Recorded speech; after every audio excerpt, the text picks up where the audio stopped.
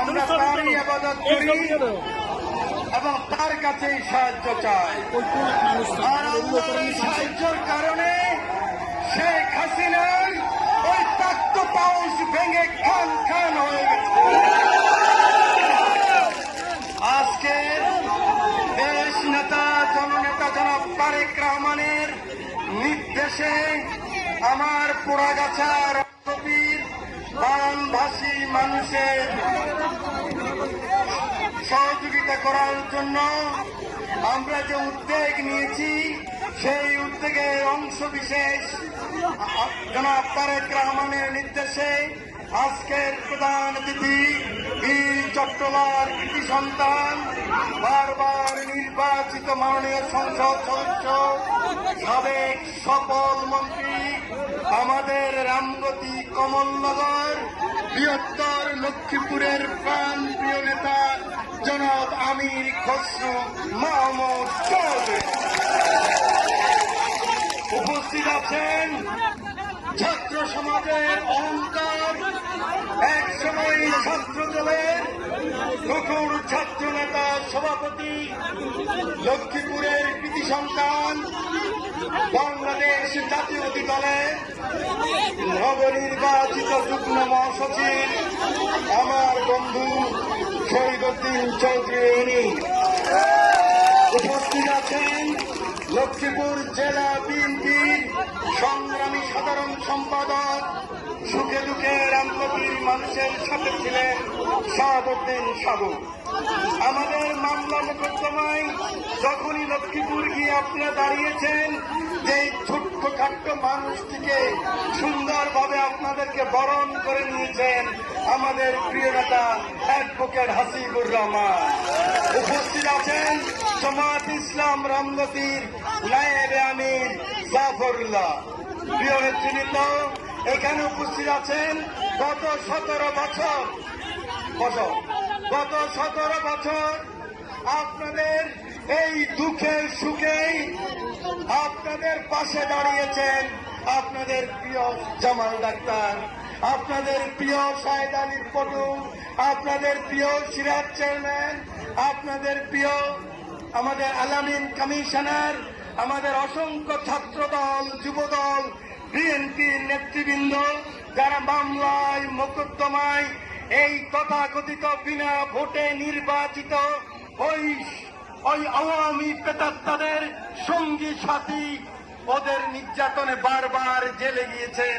আমি আজকে সশস্ত্র সালাম জানাই রামগতির সেই সমস্ত বীর নেতৃবৃন্দ। প্রিয় রামগতিবাসী ভাই ও বোনেরা, বক্তব্য দীর্ঘায়িত করব না, কারণ আপনারা জানেন আমার নেতা এরপরেই নোয়াখালীতে ত্রাণ বিতরণ করবেন। মোহাম্মদ শাহজাহান, আমাদের অর্গানাইজিং সেক্রেটারি শামীম সাহেব ওখানে উপস্থিত আছেন। আমি শুধু একটি কথা বলতে চাই, আমরা কি চেয়েছি, কি পেয়েছি? আমরা চেয়েছিলাম একটি নির্বাচন, আমরা চেয়েছিলাম আমার ভোটটা আমি দিতে পারি, আমার ভোটে আমি জনপ্রতিনিধি তৈরি করব। রব্বুল আলামিন আমাদেরকে এমন এক খেলা দেখিয়েছেন, যিনি বলেছেন বঙ্গবন্ধুর মেয়ে পালিয়ে যায় না,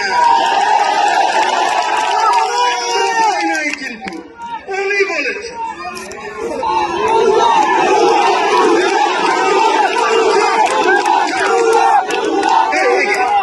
এটা বিএনপির মিটিং, এখানে কাউকে ভুয়া বলা যাবে না, খেলা হবে বলা যাবে না।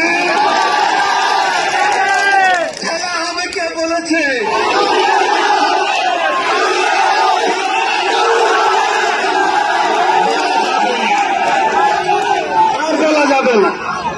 আর বলা যাবে না, শুধু শপথ গ্রহণ করতে হবে। শহীদ প্রেসিডেন্ট জিয়াউর রহমানের স্বপ্নের বাংলাদেশ গড়ব, খালেদা জিয়ার স্বপ্নের বাংলাদেশ গড়ব। সারা জীবন বলেছেন আসবে বেশে বীরের বেশে তারেক জিয়া বাংলাদেশে আসার পর 5 বছর পরে যদি আবার আমরা পালিয়ে যেতে হয়, তাহলে শহীদ প্রেসিডেন্ট জিয়াউর রহমানের যে আদর্শ, খালেদা জিয়ার যে আদর্শ, তারেক রহমানের ভুলে যাওয়া মাফ করে দেওয়ার যে আদর্শ, সেই আদর্শ আমরা ধারণ করতে পারবো না। আমার নেতা তারেক রহমান কি বলেছেন? বিজয়ীর পাশে যদি পরাজিতরা বাস করতে না পারে তাহলে দেশ সুন্দর হয় না। বাস করবেন, আপত্তি নাই, নেতা বড় বাস করবে, কথা দিচ্ছি আপনাকে। ওদের জান মাল ইজ্জতের হেফাজত করব, কিন্তু মাঠ ভরি করে রাস্তায় হাঁটবেন না। বুকের ফাটা খুলে 17 বছর হাঁটছেন, এখনো হাঁটবেন। আমি চেয়ারম্যান, আমি উপজেলা চেয়ারম্যান, হবেন না।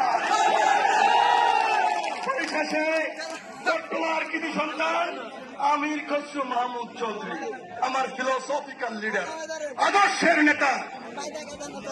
আমাদের ভিআইপি পাস লাগে না, ভিআইপি গেট লাগে না, হুইসেল লাগে না, সরে যান লাগে না। সরে গেলে 5 বছর পরে এই জনগণ, এই বাজারের লোক আমাদেরকে সরিয়ে দিবে। সেই কারণে নেতাকে বলেছিলাম, 6 বার লক্ষ্মীপুরে এসেছে, এনে চৌধুরী সাহেবের সামনে বলেছিলাম, আপনি রামগতি কমলনগরের সিট আপনি এমপি ইলেকশন করবেন। এনি চৌধুরী বলছে 17 সিটে আপনি করবেন।